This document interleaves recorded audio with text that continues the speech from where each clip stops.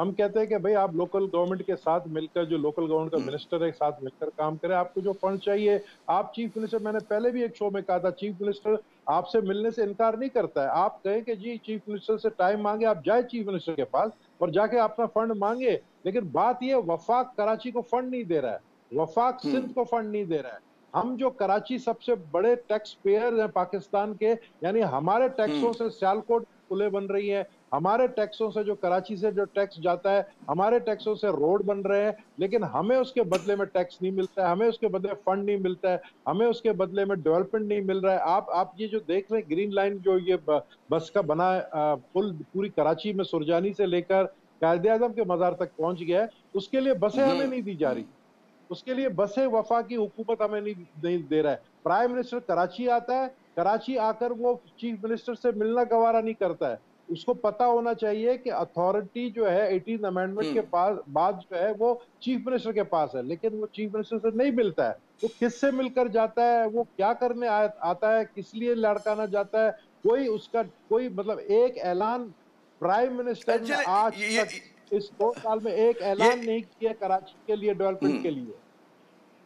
آپ مجھے بتائیں نا، کوئی اعلان کیا تو مجھے بتا دیں. میرے خیال میں یہ کہوں گا، میں یہ کہوں گا کہ اعلانات تو بہت ہوئے کراچی کے لیے، لیکن ان اعلانات پر عمل درآمد نہیں ہوا. تو ہم سنتے تھے کہ جی اتنے ارب کا پیکج وفاقی حکومت دے گی، فلاں چیز دے گی، لیکن ظاہر ہے کہ وہ ابھی تک جو ہے کہ ہوا میں ہی ہیں ساری چیزیں. ہم یہ دیکھتے ہیں، آپ نے جیسے تذکرہ بھی کیا بلکہ شروع کے ریمارکس میں، کہ پی ٹی آئی جو ہے وہ بھی کراچی میں سٹیک ہولڈر بن کے ابھری ہے 2018 کے انتخابات میں، کہ جہاں پیپلز پارٹی کی سیٹس ہیں، ایم کیو ایم کی سیٹس ہیں، وہاں پی ٹی آئی کی بھی ہیں، اور لائنس شیئر ان کو ملا ہے. کس طرح سے دیکھتے ہیں کہ ٹھیک ہے کہ کوئی وجہ ہوگی کہ آپ لوگوں کی پرفارمنس، پیپلز پارٹی سب سے قدیم جماعت اس شہر کی، اس کو اتنی سیٹس نہیں مل رہی، ایم کیو ایم نے لوز کیا، پی ٹی آئی ابھر کر آئی ہے، کراچی والوں نے پی ٹی آئی پہ اعتماد کیا. کیا وجہ ہے؟ کیا کارکردگی ایم کیو ایم کی اور پیپلز پارٹی کی مایوس کن رہی ہے؟ جی بھائی. دیکھیں، 2018 کا الیکشن ایک کنفیوزڈ الیکشن تھا. 2018 کے الیکشن میں چونکہ جو مین سٹیک ہولڈر تھا کراچی کا، وہ جماعت جو ہے، وہ جماعت آپ کو پتہ ہے کہ جس طریقے سے اس کے بانی نے جو پاکستان کے ساتھ غداری والے بیانات دیے، اس کے بعد وہ جماعت جو ہے وہ ختم ہو گیا تھا. لیکن اس کے بعد جو جماعت بنائی گئی، اس میں آپس میں دھڑے بندیاں ہو گئی. تو وہ جو مین سٹیک ہولڈر تھے کراچی کے، وہ گھر بیٹھ گئے، انہوں نے ووٹ نہیں دیا. اب بچ گیا کیا؟ اب مسلم league known, P T I اور پیپلز پارٹی. کچھ علاقوں میں جینرلی پی ٹی آئی جیتی ہے، میں مانتا ہوں اس بات کو. لوگوں نے جو ہے اپنا، کیونکہ انہوں نے پہلے پیپلز پارٹی کو بھی ووٹ دیا، پی ایم ایل نون کو بھی دیا، انہوں نے کہا ایک نئی پارٹی ہے، چلو اس کو ووٹ دے. لوگوں نے ایک تبدیلی کا سوچ کر ان کو ووٹ دیا. ان کو یہ نہیں پتا تھا کہ یہ تبدیلی ان کے ہی گلے میں پڑ جائے گی. جن لوگوں نے ان کو ووٹ دیا، آج وہی لوگ اپنا سر پیٹ رہے ہیں کہ یہ ہم سے کتنی بڑی غلطی ہو گئی ہے. تو میں سمجھتا ہوں کہ وہ ایک ویکیوم تھا جو ویکیوم فل کرنے کے لیے پی ٹی آئی کو لایا گیا، لیکن وہ غلطی سے ویکیوم فل ہوا پی ٹی آئی کی صورت میں. لیکن اب دوبارہ ایسا ہوگا نہیں. اب میں سمجھتا ہوں کہ اب جو ہے جماعتیں. اچھا یہ کہ یہ جو سوال ہے کہ مطلب پی ٹی آئی کی کارکردگی پہ بہت زوردار طریقے سے تنقید ہو رہی ہے، چاہے وہ صوبے کی سطح پر ہو، چاہے وہ وفاق کی سطح پر ہو، لیکن کیونکہ ظاہر پیپلز اس کے پی ٹی آئی کے کوئی نمائندے نہیں ہیں، تو سوال یہ پیدا ہوتا ہے کہ ان کے بقول بڑے مشکل حالات ان کو ملے، اور ان پہ جو تنقید ہو رہی ہے وہ ناجائز تنقید ہے، کیونکہ ان کے پاس تو کہتے ہیں نا کہ ایک مسائل کا ایک پورا انبار تھا ان کے سامنے. تو آپ کے خیال میں کوئی بہت زیادہ آپ لوگ جلد بازی نہیں کرے کہ ابھی 22 ماہ ہوئے اور آپ توقع کرتے ہیں کہ پی ٹی آئی جو ہے ڈیلیور کرنا شروع کر دے، پی ٹی آئی جو ہے وہ کام جو 12 برس میں پیپلز پارٹی نے نہیں کیا یا نون لیگ نے اتنے برس پنجاب میں حکومت کر کے نہیں کیا، کیسے آپ توقع کرتے ہیں کہ 22 ماہ میں پی ٹی آئی کر سکے گی ایسے دنوں میں کہ جب خزانہ بھی خالی ہو؟ جی دیکھیں عامر بھائی، آپ بہت ہی پرانے سینئر جو ہے نا، میں سمجھتا ہوں کہ میڈیا کے بہت بڑے بڑے انٹرنیشنل اخباروں میں آپ نے ایک دفعہ، مجھے یاد ہے، لیاری کا دورہ کیا اور آپ نے یہ لکھا کہ نبیل گبول بری طرح سے ہار رہے ہیں، جبکہ میں 30,000 کی لیڈ سے جیت گیا تھا وہاں سے. تو جو دکھتا ہے وہ آپ کو جو ہے نا وہ پرانی بات ہوئی. میں نے یہ نہیں کہا ہارنے کی بات نہیں کی تھی، میں ذرا ریکارڈ درست کر دوں. میں نے کہا کہ وہاں پہ جو ورکر ہے پیپلز پارٹی کا بڑا شاکی ہے کہ ان کی ملاقات نہیں ہوتی نبیل گبول صاحب سے. پرانی بات ہے یہ تو، بہت مطلب بچپن کی بات ہے. آپ بھی نوجوان تھے، ہم بھی نوجوان تھے اس زمانے میں. جی تو غلط ہم نے بھی نہیں کہا تھا، آپ نے. جی میں نے مثال آپ کو دیا کہ جو آپ کو دکھتا ہے نا وہ آپ کے جانے کے بعد جو ہے آپ سے جو لوگ باتیں کرتے ہیں اور جانے کے بعد وہ پھر اپنے ہی موقف سے چل جاتے ہیں. میں یہ کہنا چاہ رہا ہوں کہ گراؤنڈ ریالٹی جو ہے نا، گراؤنڈ ریالٹی کو پتا ہوتا ہے جو اس گراؤنڈ کا لیڈر ہوتا ہے، جس کے پیچھے عوام ہوتی ہے، اس کو گراؤنڈ ریالٹی پتا ہوتا ہے. لیکن اگر آپ کسی کو زبردستی لیڈر بنائیں اور اس کو اٹھا کے بٹھائیں ایک ایسی کرسی پر، جو یو سی چیئرمین کا الیکشن ہار گیا، وہ آج وفاقی وزیر ہے، مجھے پتا ہے پی ٹی آئی کا، کراچی سے، جو یو سی چیئرمین کے الیکشن ہارے، ان کو اگر آپ اٹھا کر ایم این اے بنائے اور ایم این اے کے بعد وفاقی وزیر بنائے تو وہ پھر کیا پرفارمنس دیں گے؟ وہ کوئی پرفارمنس نہیں دے سکتے. تو آپ جینین لوگوں کے ہاتھوں میں دیں، جو عوام کے لوگ ہیں ان کو دیں. اب میئر کراچی ہے، میرا دوست ہے، وہ ناراض ہو جاتا ہے جب بھی میں اس کے خلاف کچھ کہتا ہوں. میئر کراچی کے پاس یہ تو نہیں ہے کہ بالکل ہی کوئی اتھارٹی نہیں ہے، لیکن کم سے کم بھائی آپ آ کے یہاں پہ شور تو مچا سکتے ہیں. اگر آپ K4 کے اوپر شور مچائے، ہم آپ کے ساتھ ہیں، میں آپ کے ساتھ دینے کے لیے تیار ہوں اپنی گورنمنٹ کے خلاف، کہ بھائی اس میں کیوں سست رویہ اختیار کیا جا رہا ہے. پانی لیاری میں نہیں ہے. مجھے آج کتنے علاقوں سے جو ہے مجھے لوگوں نے فون کیا، ہمارے علاقوں میں پانی نہیں ہے اس گرمی میں. سب سے بڑا مسئلہ کراچی میں ہے کے الیکٹرک کا. کے الیکٹرک اس وقت جو ہے کراچی کے اندر، خصوصاً لیاری کے اندر 10 گھنٹے لوڈ شیڈنگ ہو رہی ہے. 8 گھنٹے لوڈ شیڈنگ ہے، 2 گھنٹے بجلی خراب ہے، یعنی لوگوں کی حالت بری ہے. اور بل کتنے آ رہے ہیں؟ بل ایک چھوٹے سے کا 20 25 ہزار بل آ رہا ہے. ہم وفاقی حکومت کو ہی کہہ سکتے ہیں کہ بھائی آپ کے الیکٹرک، چونکہ آپ کہتے ہیں پرائیویٹ ادارہ ہے، لیکن ہے تو وہ تو وفاقی حکومت کے انڈر، آپ ان کو لگام دیں، آپ ان کو ٹھیک کریں. ہم اپنی سندھ گورنمنٹ سے، میں اپنے سندھ گورنمنٹ کو کہوں گا مطلب بھائی پانی تو مسائل کا مسائل کا انبار، اور ظاہر ہے کہ اگر سیاسی قیادت ذرا سا کچھ سمجھداری کا ثبوت دے، بات چیت کرے تو حل بھی ہو سکتے ہیں. یہ بتائیے، بہت زیادہ مطلب ہمارے پاس وقت کم ہے کہ بہت زیادہ اس وقت جو ہے بات یہ ہو رہی ہے کہ کوئی قومی حکومت کی بات کرے، کانسپریسی تھیوری کی جو اگر ہم بات کریں، کوئی یہ کہہ رہا ہے کہ جی حکومت جو ہے مدت پوری کرتی نظر نہیں آتی. آپ کا ایک جمہوری رویہ رہا ہے، اور مجھے پتہ ہے کہ آپ نے ہمیشہ کہا کہ جی نون لیگ ہے، اس کو اپنے 5 سال مکمل کرنے چاہیے. پیپلز پارٹی نے اپنے 5 سال مکمل کیے، پی ٹی آئی کیوں نہ کرے اپنے 5 سال مکمل؟ کیا وجہ ہے کہ بہت سارے جو دوست ہیں آپ کے، اور پی ایم ایل نون میں بھی ایسے لوگ ہیں جو قومی حکومت کی بات کر رہے ہیں؟ جناب دیکھیں، یہ میں بات نہیں کر رہا ہوں، یہ بات ان کے اپنے وفاقی وزیر کا، اگر آپ فواد چودھری کے انٹرویو دیکھیں جو کل انہوں نے وائس آف امریکہ میں دیا ہے، انہوں نے کیا کہا ہے؟ انہوں نے کہا ہے کہ عمران خان پارٹی کے اندرونی جھگڑوں کی وجہ سے ملکی مسائل پر توجہ نہیں دے پا رہے ہیں. ایک وفاقی وزیر یہ بات کر رہا ہے. اس نے کہا کہ فورن ریلیشن کے اوپر توجہ نہیں دے پا رہا ہے کیونکہ پارٹی کے اندر اندرونی لڑائی ہے. جہانگیر ترین کا، اسد عمر کا، اسے باقاعدہ نام لیا ہے. اور آپ کے جو تیسرے شخص ہیں، اسد عمر، جہانگیر ترین کیا، اور شاہ محمود قریشی. جہانگیر مجھے ترین شاہ محمود قریشی جی. ہاں، مجھے یہ چیز بتائیں کہ وہ جب اپنا وزیر فیڈرل منسٹر نے اندرونی کہانی سب بتا دی ہے، تو ہم یہ کہہ رہے ہیں کہ لیک آف گورننس دکھ رہا ہے ان کا. لیک آف گورننس دکھ رہا ہے کہ Imran Khan as prime minister, انہوں نے کتنی دفعہ اپنی باتوں سے یو ٹرن لیا. انہوں نے کہا میں آتے ہی جو ہے پتہ نہیں میں کیسے کیسے پروجیکٹس دوں گا، میں سب لوگوں کو اندر کروں گا. اس نے اندر سب لوگوں کو کیا، لیکن سب لوگوں کو جانے بھی دیا اس نے. پھر خود جو ہے ای سی ایل سے نام کون ہٹاتا ہے؟ ای سی ایل سے نام وفاقی حکومت کے انٹیریئر منسٹری ہٹاتا ہے.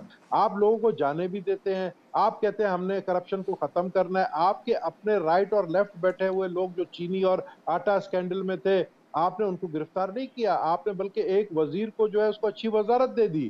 یہ چیزیں لوگ جو ہے پھر ابھی پوچھتے ہیں اسے، بھئی یہ کیسی تبدیلی ہے؟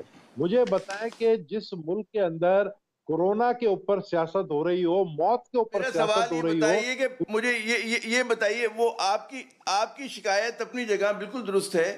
میرا سوال آپ سے یہ تھا کہ 5 سال ایک جمہوری طریقے سے، جس طرح پاکستان پیپلز پارٹی پہ بھی بڑے بڑے الزامات تھے، نون لیگ پہ بھی بڑے بڑے الزامات تھے، ان کی بھی کوئی کارکردگی جو تھی آئیڈیل نہیں تھی، تو انہوں نے 5 برس پورے کیے. اور لوگ کہتے ہیں کہ جی جمہوری استحکام کے لیے، اس کے تسلسل کے لیے اچھی بات ہے، تو پی ٹی آئی کیوں نہ کرے؟ جی عامر، یا تو آپ جمہوریت بچا لیں یا تو پھر ملک کو بچا لیں. اس وقت پوزیشن یہ ہے کہ جو معاشی حالات ہے، آنے والے دنوں میں بہت ہی خطرناک صورتحال مجھے نظر آ رہا ہے. حکومت سے ایک لوکس ٹڈی دل جو ہے وہ کنٹرول نہیں ہو رہا ہے، جس کی وجہ سے پاکستان کے اندر ابھی آپ کو پتہ ہے ہم گندم امپورٹ کر رہے ہیں.